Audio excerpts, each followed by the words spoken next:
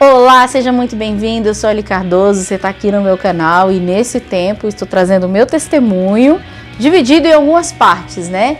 E hoje eu vou falar sobre a adolescência da pessoa cega, da pessoa com deficiência. Então é um tema bem interessante. Se você sabe de alguém que ia gostar de ver esse vídeo, não deixe de compartilhar. Se você é novo por aqui, seja muito bem-vindo. Se inscreva no canal, tá bom? Bom, eu sempre trago aqui o meu testemunho, mas não só contando história, sempre deixando alguma coisa para que você possa refletir, tá bom? Então, ao final do vídeo, sempre eu deixo aí alguma coisinha assim para você ficar pensando, para você depois partilhar com alguém ou comigo mesmo, tá bom? Então, vamos lá.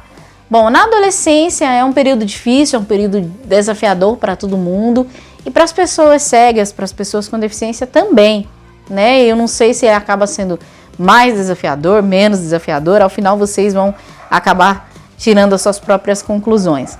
Mas eu vou dividir em alguns aspectos. Primeiro falando que eu continuava, né, representando as pessoas como sendo sons, as pessoas ainda eram um pouco mais distantes de mim, né, não eram assim tão próximas, então elas eram as suas vozes, aquilo que eu contei no vídeo anterior, eu vou deixar até aqui o link para você, caso você não tenha visto.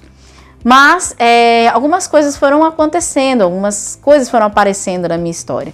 A ligação com os esportes. Geralmente os adolescentes gostam, né, de estar envolvidos com os esportes de alguma forma.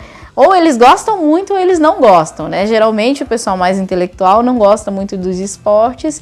E o pessoal que é mais da turma do fundão gosta mais dos esportes. E eu, embora andasse com a galera mais intelectual, eu gostava dos esportes, eu vivia um pouco esse paradoxo dentro de mim, né?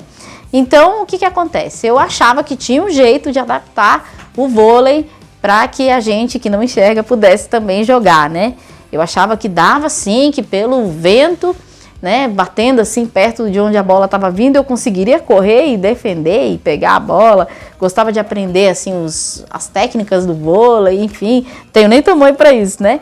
Mas enfim, e em casa dava certo porque eu era que nem aquele desenho, temos o mundo inteiro no nosso quintal, né? Eu tentava fazer de tudo. Então, ou eu ficava com a bola, né, jogando e batendo de volta com a bola na parede, ou eu ficava de uma mão para outra simulando um grande jogo de vôlei. A mesma coisa com tênis de mesa, né? O ping-pong foi sempre um esporte que eu gostava bastante. Eu achava que dava sim pelo barulho da bolinha batendo de volta ou pelo vento e com a raquete, e às vezes até que dava certo. Mas eu tinha minha raquete, minha bolinha e ficava em casa também simulando verdadeiros campeonatos.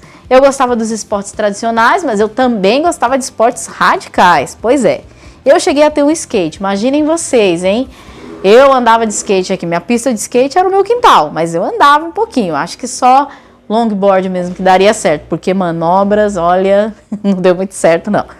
Patins eu gostava, patins eu me arriscava mais, eu pulava, eu andava de costas, eu descia escada, vixe, meu Deus do céu.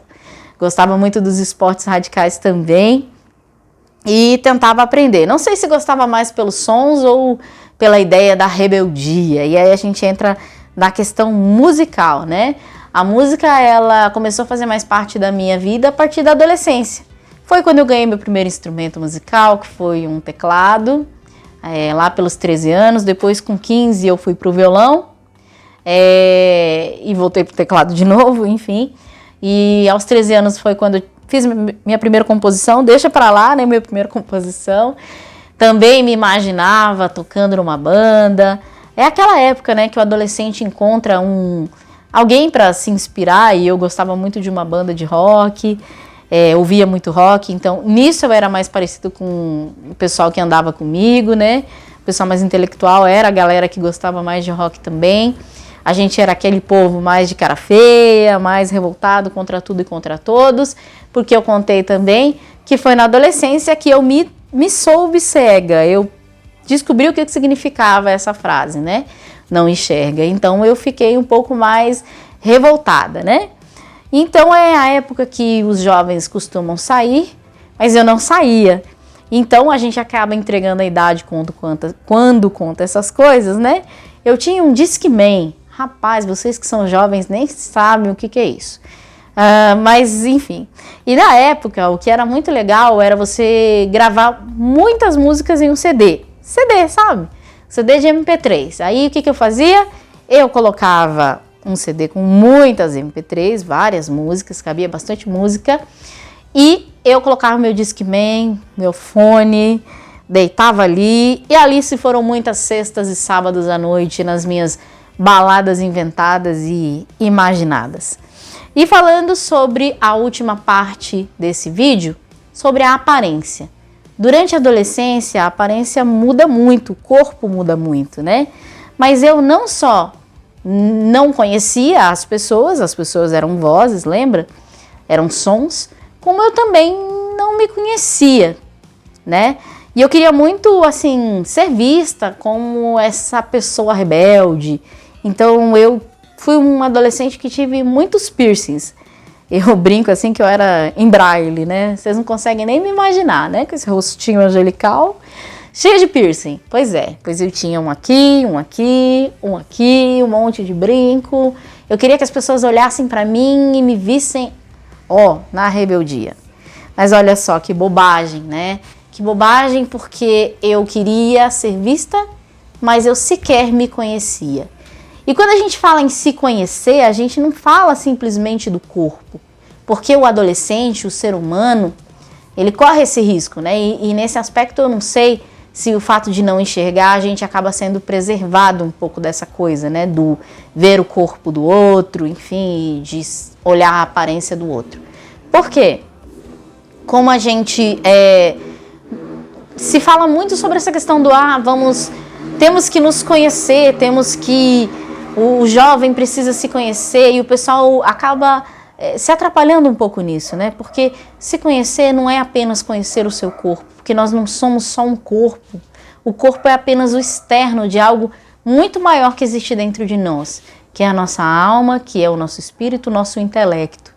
E hoje a gente entende que quando a pessoa cega, ela não se conhece, ela corre um sério risco de encontrando com outras pessoas que queiram levá-la a se conhecer de uma forma deturpada, que queiram levá-la a conhecer apenas a questão corporal, a questão corpórea.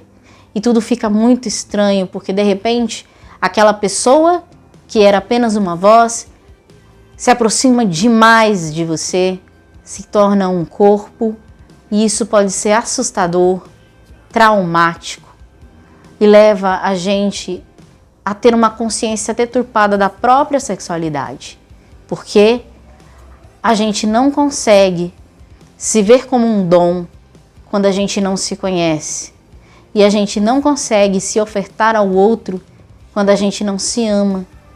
Só se ama aquilo que se conhece, já dizia um santo. Se a gente não se conhece, a gente não se ama. E se a gente não se ama, como é que a gente vai se entregar para o outro como um dom? Deus abençoe você. Shalom.